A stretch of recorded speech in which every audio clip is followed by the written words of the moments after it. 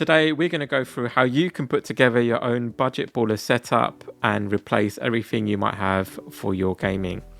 This is my setup, which is fairly basic. I just have a standard HP 1080p monitor and a laptop stand, and that's about it. I did have a different setup, but I kind of took it apart before this video. The first major upgrade that I did do was my chair, because I was getting some major back problems in my old chair. So that should be a priority for you to make sure you don't have the same issues I have. I went with human scale. They're not cheap, but this chair is absolutely amazing. As you can see, I don't really have anywhere to put my headphones, so I just kind of hang it on my monitor. And I just use some SteelSeries headphones, which have served me really well, both for work and gaming. I built this PC for my girls. They're only 4 and 6, and they kind of put it together with me. And I think it's quite a nice touch, but unfortunately it's not going to be transferred to my new setup. Maybe I might decide to change my mind later on. And I'm just using my Ryzen laptop, which is my workhorse. I use that for everything from gaming to video editing. And I keep a tin of KP peanuts to keep all my little nibbly bits in, like USB adapters, cables, anything and everything that might be useful when I need it. And how about this for a cable management solution? This is actually a makeup desk from IKEA, but it has a drawer, and I basically put everything in there. The power cables, my chargers, some extra keyboards and mouse for the other PC, and it actually works pretty well. However, it isn't really fit for purpose.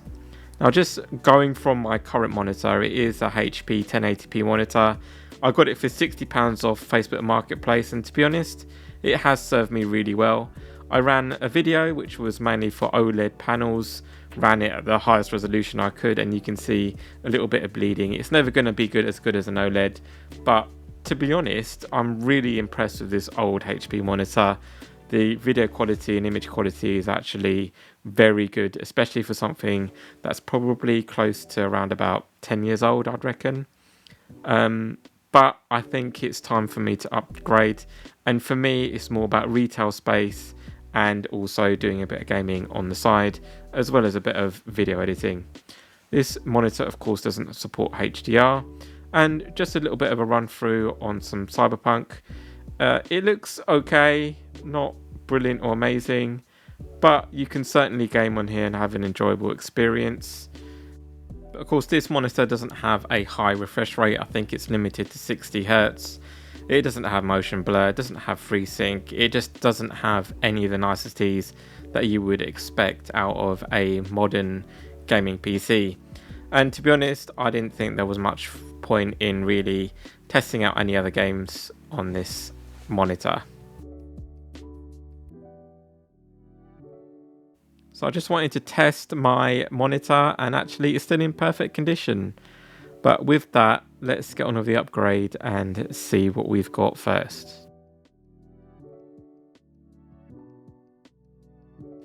So first up to replace the makeup desk is a standing desk.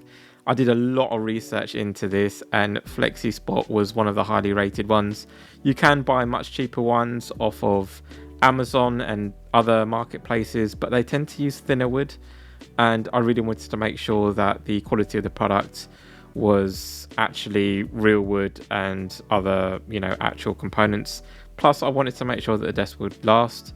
In terms of setup, it was actually really easy to put together. Motors and everything is already mounted onto the bottom. You simply need to put the cable tidy tray on, put on the control unit, legs and feet, and once that's all done, then you're pretty much good to go. I tried to do this in one stint, but family problems kept coming up. I'd say family problems, more of taking care of the family. So I couldn't really do this in one go, which is a bit unfortunate, but it probably took me about half an hour to put together. Now it is the time for the monitor, and this is the biggest upgrade for me. It's a 49-inch ultra-wide monitor. It is from XEQUALS, which is probably a brand that most people haven't heard of. However, it is a 144 Hz IPS panel. It can go up to 2K resolution, which is pretty good. It is Ultra HD, only through the DisplayPort. It has 2 DisplayPort inputs, 2 HDMI 2.1 inputs, and the DisplayPort is 1.4. Includes AMD FreeSync, G-Sync. It has a 1 millisecond response time, and also it actually has a USB-C connection. So that was pretty handy, especially when connecting up my work laptop. Now, I skipped a few steps here before recording. I apologise, but I kind of threw it all together. Put my monitor on the desk, brought my gaming PC up, and put all the mouse, everything else in place. And I think that looks pretty amazing, I have to say. I'll show you some footage of some gaming later on and see if it's worthwhile picking up this monitor. Now, the thing that I really wanted to address was the cable management. You have to be really careful on a standing desk. You don't want to tie it down too much because it could pull on the DisplayPort and other cables and ruin the connections on your graphics cards. But simply using a bit of conduit and a cable clip, which you can get a multi-pack of from eBay, you simply tied it down to the bottom of the desk. I had to drill a hole and then put a wood screw for it, but it was pretty easy, I have to say.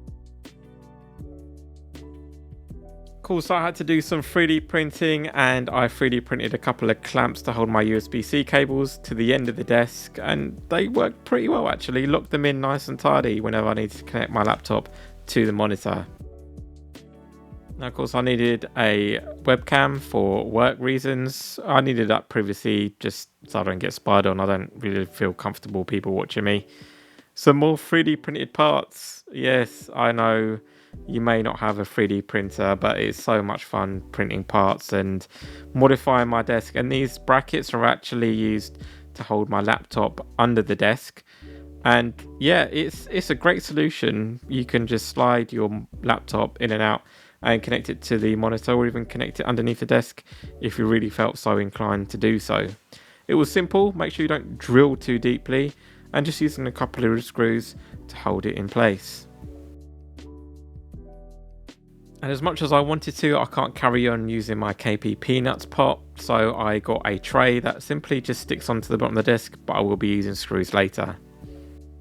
And that is the final setup. I think that looks pretty incredible in my opinion, and I'm going to have a lot of gaming hours on this for sure, but also I'm sure I can use it for work.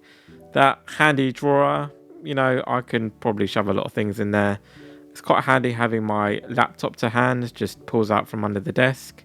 And also I just did a bit of a test of the standing function for the desk, and yeah, pretty happy with that overall.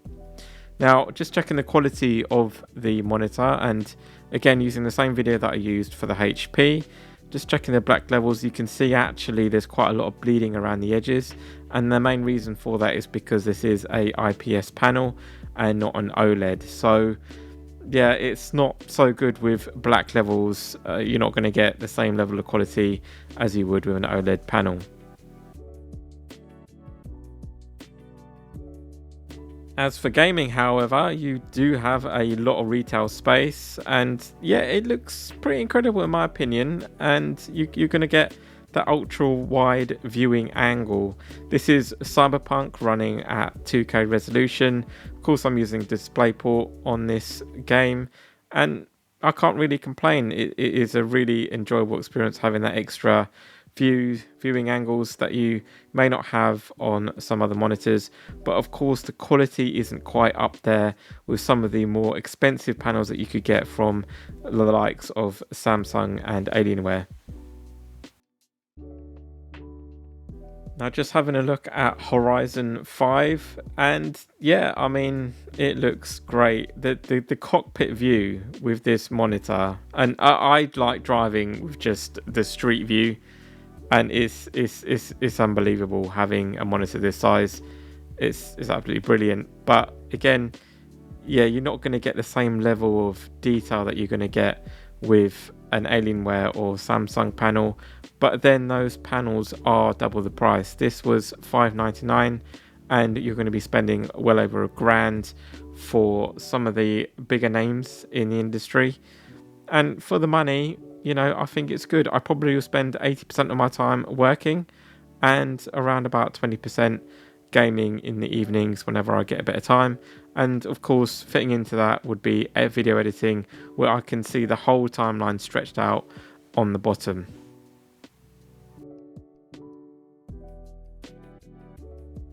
But of course, the main reason for this panel is my passion playing strategy games. This is Bar, and it is unbelievable. You can see so much of the map when you're raiding some of other people online and destroying their bases. If you are an RTS person, I highly recommend this game. It is so much fun. Just shooting lasers and just building as many robots as you can. So with that, I hope you enjoy the video, and I'll see you in the next one.